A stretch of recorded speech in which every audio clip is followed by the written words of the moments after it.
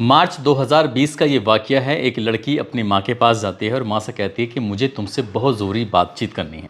माँ ने कहा ठीक है, क्या बात करनी है। तो तभी बेटी ने कहा कि जो पड़ोसी अंकल हैं, जब तुम घर पर नहीं होती हो तब वो कुछ ऐसी दवाई देते हैं जिसके खाने के बाद पूरे शरीर में झंझनाहट से पैदा हो जाती है, उत्तेजना से पैदा हो जाती है। ऐसा लगता है कि किसी व्यक्ति के या खासकर उनके साथ बैठकर कुछ बातें की जाएं, कुछ वक्त बिताया जाए, उनके साथ कुछ गलत करने का मन करता है। जैसे ही माँ ने ये बात सुनी, माँ ने ऐसा सुना जैसे कि उसको सुना ही नहीं है। तब बेटी ने बार बार कहा कि माँ, मैं जो कह रही हूँ वो बिल्कुल सच है, तुम समझने की कोशिश क्यों नहीं करती हो। माँ ने कहा कि बेटा, तू तो जानती है कि तेरे पिताजी बाहर काम करते हैं और हम दोनों यहाँ पर अकेले रहते हैं। जिसके बारे में तू ये बातें कर रही है वो व्यक्ति बहुत ही खतरनाक किस्म का है। ऐसा ना हो कि तुझे या मुझे किसी भी तरह का कुछ नुकसान पहुंचा दे। माँ ने ये कहकर अपनी बेटी को बिल्कुल शांत कर दिया और जैसा हो रहा था कई साल से, फिर बेटी के साथ वैसा ही होता चला जाता है और बेटी चाहकर भी कुछ कर नहीं पा रही थी। लेकिन ऐसा ज़्यादा दिन नहीं चल पाता है और कुछ ही वक्त के बाद जब इस घटनाक्रम का खुलासा होता है, न केवल उसके परिवार को बल्कि आसपास के जितने भी इलाके में लोग रहते थे उन सबको बड़ी हैरानी होती है। मामला जब पुलिस तक पहुंचता है, पुलिस को भी यकीन नहीं हो रहा था और जब मामला अदालत पहुंचता है तो जज साहब भी इस पूरे घटनाक्रम को जानने के बाद सोच में पड़ जाते हैं। वो कहते हैं कि धरती पर किस किस तरह के प्राणी रहते हैं, उन्हें यकीन नहीं होता। आदाब, नमस्कार, सत श्री अकाल। मैं उस्मान सैफी। आज की जो सच्ची घटना मैं आपको सुनाने जा रहा हूँ, ये सच्ची घटना है महाराष्ट्र प्रदेश की। दरअसल महाराष्ट्र प्रदेश का एक शहर है मुंबई, और मुंबई के ही बॉम्बे हाई कोर्ट के अंदर एक व्यक्ति ये अपील करता है कि साहब, मैं कई साल से सलाखों के पीछे हूँ, मुझे ज़मानत दे दी जाए। दरअसल 29 अप्रैल 2024 को जो बॉम्बे हाई कोर्ट के एकल पीठ के न्यायमूर्ति होते हैं पृथ्वीराज चौहान, जब वो इस मामले की सुनवाई कर रहे थे, सुनवाई करने के दौरान इन्होंने उस व्यक्ति को देखा और उस व्यक्ति को देखने के बाद उनके सामने एक 27 पेज की कहानी पड़ी हुई थी। उस 27 पेज की कहानी को देखने के बाद उन्होंने कहा कि तुम्हें ज़मानत देने का तो बिल्कुल मन नहीं कर रहा है और तुम्हें ज़मानत तो दी ही नहीं जाएगी। दरअसल जो तुमने कृत्य, जो तुमने पाप किया है, वो किसी भी इंसानियत को शर्मसार करने के लिए, उसको झकझोरने के लिए बहुत बड़ी बात है। ये बात सुनने के बाद वो व्यक्ति हाथ पैर जोड़ता है, कहता है कि साहब, अब तो मुझे 3 साल हो गए, मुझे प्लीज़ बाहर भेज दीजिए। वो कहते हैं कि खैर ठीक है, तुम्हारी पत्नी को बाहर भेज दिया गया लेकिन तुम कभी बाहर नहीं आ पाओगे। दरअसल जब वो व्यक्ति वापस सलाखों के पीछे जा रहा था तब ये कहानी, ये खबर अखबारों और सोशल मीडिया के माध्यम से लोगों को पता चल जाती है। जब लोगों को ये कहानी पता चलती है तो लोगों को यकीन नहीं हो रहा था। दरअसल कहानी शुरू होती है जब एक लड़की कक्षा 4 में पढ़ रही थी और उसकी उम्र लगभग 8 साल के आसपास होती है। उसके पिता दुबई में रहकर कुछ छोटा मोटा काम करते थे और माँ एक ऐसी जगह रहती थी जहाँ पास में भी एक और घर था। इसी बीच में जब उसकी माँ घर पर नहीं थी, लड़की पढ़कर स्कूल से आई, तभी पड़ोस के जो अंकल होते हैं, पड़ोस के अंकल ने उसे अपने पास बुलाया और पास बुलाने के बाद उसके शरीर के साथ वो कुछ ऐसी गलत हरकतें कर रहे थे जिसका वो लड़की हालांकि विरोध भी करना चाहती थी, लेकिन वो छोटी बच्ची थी, इसलिए उस पड़ोसी अंकल की उन बातों का विरोध नहीं कर सकी। इस बात को करने के लिए उस पड़ोसी अंकल को काफ़ी सारा वक्त मिला था और जैसा उसका मन कर रहा था वैसा वैसा उस 8 साल की बच्ची के साथ उन्होंने वैसा किया। और जब उसकी माँ आ जाती है तब वो उस लड़की से कहता है कि तुमने अगर अपनी माँ को ये कुछ भी बताने की कोशिश की, मैं तुम्हें भी मार दूंगा और तुम्हारी माँ को भी मार दूंगा।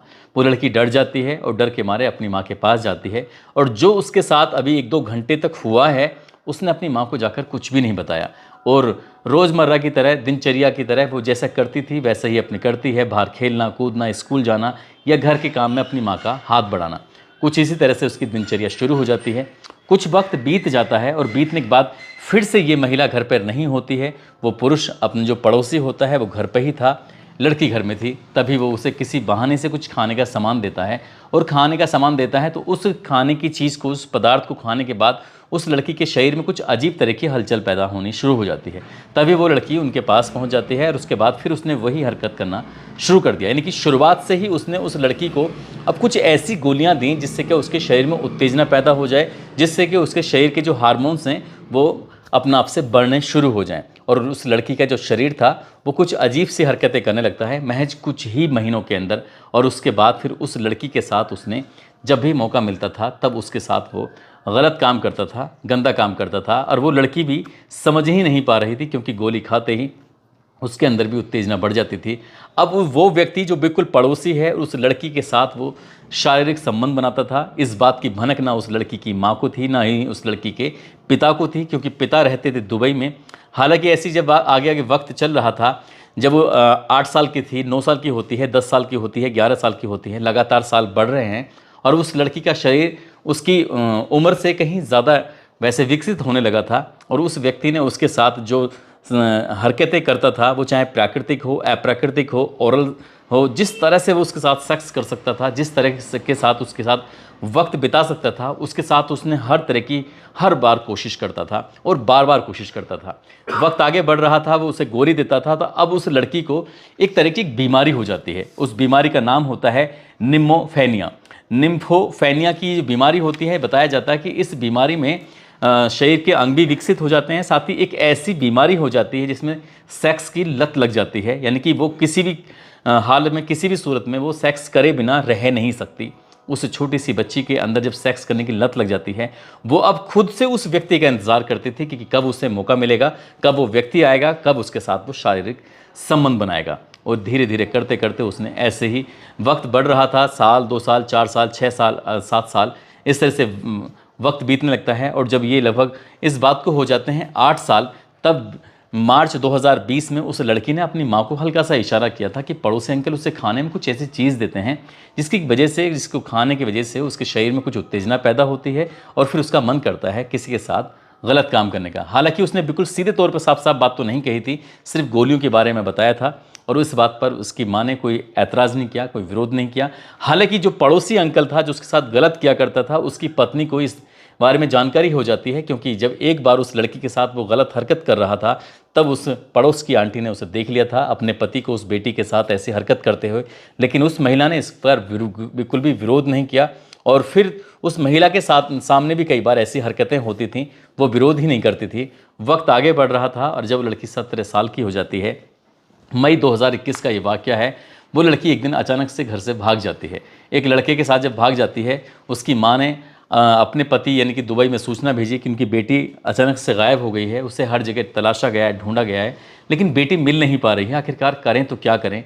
तभी उसका पति दुबई से आता है, अपने बेटी को ढूंढने के लिए तमाम कोशिशें कर रहे थे। कोशिश करने के बाद भी कोई सफलता नहीं मिल पा रही थी। तब पति और पत्नी नज़दीकी पुलिस स्टेशन जाते हैं और नज़दीकी पुलिस स्टेशन जाने के बाद कहते हैं कि उनकी 17 साल की लड़की है जो अचानक से लापता हो गई है। आखिरकार वो गई कहाँ है, हमने सब जगह तलाश करने की कोशिश की लेकिन मिल नहीं पा रही है। पुलिस इस मामले में सक्रिय होती है, मामले को गंभीरता से लेती है, क्योंकि वो लड़की उसकी उम्र कम थी, 18 साल अभी कंप्लीट नहीं हुई थी। आखिरकार लड़की को तलाश करने के लिए प्रयास जारी थे। और जब पुलिस इसे ढूंढ रही थी, तभी उन्होंने कहा कि जहाँ लड़की रहती है, दरअसल हम उसका कमरा देखना चाहते हैं। कहीं ऐसा तो नहीं है कि उसने उस लड़के के बारे में कोई जानकारी या कुछ ऐसा कोई सबूत मिल जाए जिससे हम लड़के को आसानी से पकड़ सकें। पुलिस ने जब उसे घर की तलाशी लेनी शुरू की तो पुलिस को एक डायरी मिल जाती है। दरअसल डायरी लगभग 27 पेज उसमें लिखे हुए थे और 27 पेजों के अंदर उसने पूरी कहानी अपनी ज़िंदगी की बयां की थी कि किस तरह से कक्षा 4 में थी, किस तरह से पड़ोसी अंकल ने उसके पहली बार छुआ, किस तरह से उसने उसको गोलियां खिलाईं, उसके जो शरीर की उत्तेजना उसने पैदा की, किस तरह से उसने एक ऐसी बीमारी लगाई जिस बीमारी में उसको सेक्स करने की लत पड़ जाती है कि बिना सेक्स के वो रह ही नहीं सकती थी। अब जब पुलिस को ये 27 पन्नों की 27 पेज की डायरी मिलती है, पुलिस इस डायरी को पढ़ने के बाद हैरान रह जाती है। अब पुलिस ने मुकदमा दर्ज किया। मुकदमा दर्ज करने के बाद उस व्यक्ति को भी हिरासत में लिया, साथ ही उसकी पत्नी को भी हिरासत में लिया। उन दोनों को गिरफ्तार करने के बाद जेल भेजा गया। जब इस महिला से यानी कि उस लड़की की मां से ये पूछा गया कि जब लड़की ने तुमसे इस बात का जिक्र किया था मार्च 2020 के अंदर कि तुम पड़ोसी उसे परेशान किया करता है, तो तब तुमने पुलिस से मदद क्यों नहीं मांगी, तब तुमने अपने पति से ये कहानी बयां क्यों नहीं की। तब उसने कहा कि उसने मुझे डर लगता था कहीं ऐसा ना हो वो उसे या उसकी बेटी को कहीं नुकसान ना पहुंचा दे। वो डर गई थी बहुत बुरी तरह से, इसलिए वो कह नहीं पा रही थी। और वो ये नहीं जानती थी कि उसकी बेटी के साथ इतने लंबे समय से इतना घिनौना कृत्य हो रहा है, और ना ही उसने अपनी बेटी के साथ अब इसका जो दुख था, उसकी तकलीफ थी, उसको साझा करने की कोशिश की। हालांकि पुलिस ने इस मामले में चार्जशीट दाखिल की, उन पति और पत्नी को गिरफ्तार किया। गिरफ्तार करने के बाद उनको जेल भेज दिया। जो पत्नी होती है वो बार बार ये अपील कर रही थी कि उसमें इसका दोष नहीं है जितना उसे दोषी बनाया गया है, इसलिए उसे ज़मानत दे दी जाए। आखिरकार पड़ोसी की जो पत्नी होती है उसको तो ज़मानत मिल जाती है, लेकिन जो मेन मुख्य आरोपी होता है, जो लगातार 9 साल तक उस लड़की का रेप कर रहा था, उसके साथ हर तरह से, चाहे वो प्राकृतिक हो, अप्राकृतिक हो, ओरल हो, हर तरह से उसके साथ उसने गंदा घिनौना कृत्य किया। उस व्यक्ति ने जब बॉम्बे हाई कोर्ट में अपील की कि उसको ज़मानत दे दी जाए, तो जज साहब ने 27 पन्नों को पढ़ने के बाद कहा कि तुम जैसे व्यक्ति को समाज में रहने का कोई हक ही नहीं है। इस घटना को सुनने के बाद कोई भी, चाहे कैसे कितना ही खूंखार व्यक्ति हो, उसकी भी अंतरात्मा झकझोर जाएगी।